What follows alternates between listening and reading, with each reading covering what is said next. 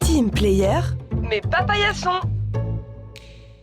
Épisode 10, le courage de dire quand l'assertivité devient éthique. Ou comment choisir entre sa sécurité et ses valeurs.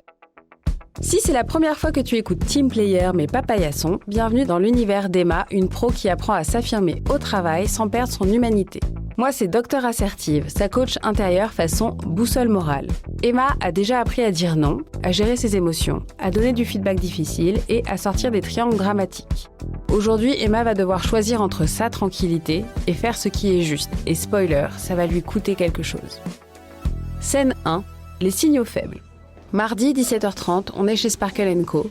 Emma range ses affaires quand elle entend des éclats de voix dans le bureau de John, manager commercial respecté. Entre eux, il l'appelle John le Lourd. Zoé, ton attitude commence à me poser problème. Tu veux vraiment que ça remonte à la direction ? Non, monsieur, je... Emma fronce les sourcils. Elle continue son chemin mal à l'aise.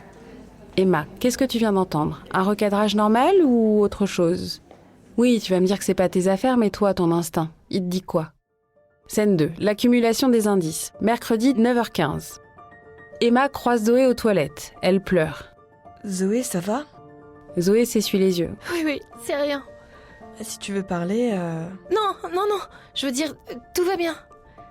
John est juste... exigeant. Puis elle part précipitamment. Emma, je crois qu'on a une accumulation des signaux. Hier la voix, aujourd'hui les larmes. Ton radar interne, il te dit quoi ? Mais si je me trompe, John, c'est un des meilleurs managers. Il rapporte des millions à la boîte. Et alors, les prédateurs se cachent souvent derrière le succès, non ? Scène 3.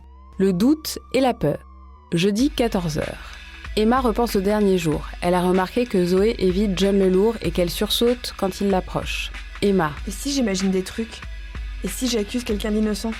Emma, je comprends, t'as deux peurs. Peur de ne pas agir. Si c'est vrai, peur d'agir. Si c'est faux. Laquelle est la plus grave ? Si c'est vrai et que je fais rien, Zoé continue à souffrir. Et si c'est faux et que tu agis ? Je détruis la réputation de John et probablement ma carrière. Voilà, c'est ton dilemme. Sécurité personnelle versus responsabilité éthique. C'est hyper difficile. Scène 4. La situation limite. Jeudi soir. Emma travaille tard. Elle passe devant le bureau de John le Lourd. La porte est ouverte. John le Lourd. Zoé, tu sais que ton avenir ici dépend de moi. Je fais de mon mieux. Justement, on pourrait discuter de ton évaluation ailleurs, en privé. Je connais un petit restaurant. Je dois y aller. Emma sent son cœur s'emballer. Cette fois, c'est clair. Emma, tu viens d'entendre du chantage. Plus de doute possible. Qu'est-ce que tu fais ? Scène 5, l'intervention difficile. Emma rattrape Zoé dans le couloir. Zoé, attends. Tu as entendu ? Oui, et c'est pas normal. Emma, tu peux rien dire. Il va me virer. J'ai besoin de ce job. Mince, elle me supplie de me taire. Oui, c'est normal qu'elle supplie de te taire. Elle a peur, et sa peur ne doit pas t'empêcher d'agir. Zoé, ce qu'il fait, c'est du harcèlement. T'as pas à subir ça. Et qui va me croire ? C'est lui contre moi. Pas lui contre toi. J'ai entendu. Je suis témoin. Tu ferais ça ? Même si ça te retombe dessus ? Oui. Scène 6, la résistance institutionnelle. Vendredi 10h, bureau de Marc, des ressources humaines. Soutenu par Adrien, un représentant du personnel, après en avoir parlé aux membres du CSE, Emma et Zoé parlent avec Marc. Marc, mal à l'aise.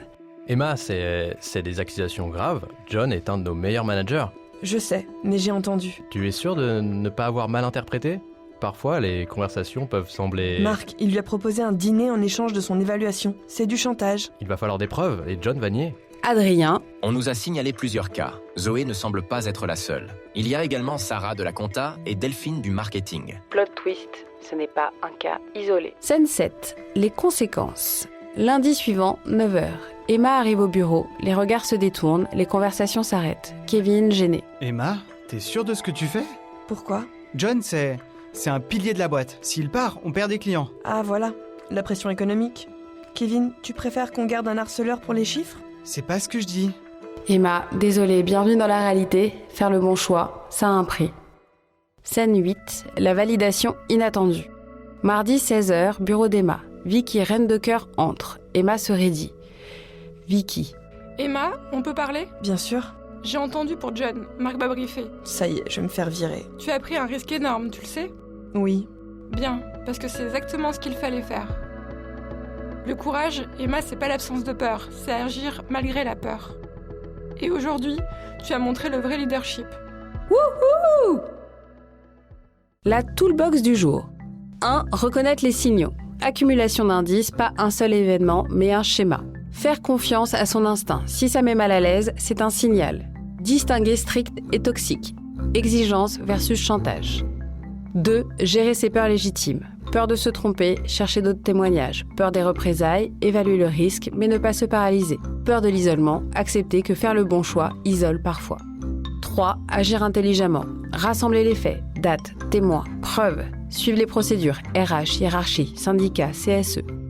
Soutenir les victimes, ne pas agir seul, créer une alliance. 4. Accepter les conséquences. Pression économique, on va perdre des clients. Isolement temporaire, certains collègues vont fuir. Remise en question. Et si tu t'étais trompé? Règle d'or, dans le doute, protège la personne vulnérable. Si tu te trompes, tu auras juste défendu quelqu'un. Si tu ne fais rien et que tu avais raison, quelqu'un continue à souffrir. Conclusion. Emma a découvert que l'assertivité ultime, c'est parfois payer un prix pour ses valeurs. Aujourd'hui, elle n'a pas juste dit non à une tâche, elle a dit non à l'injustice. Et ça, c'est le vrai leadership. Pas le titre sur la carte de visite, le courage d'agir quand c'est difficile. Prochain épisode, le bilan, qui est devenu Emma? Une saison de transformation résumée, pas en liste mais en émotion.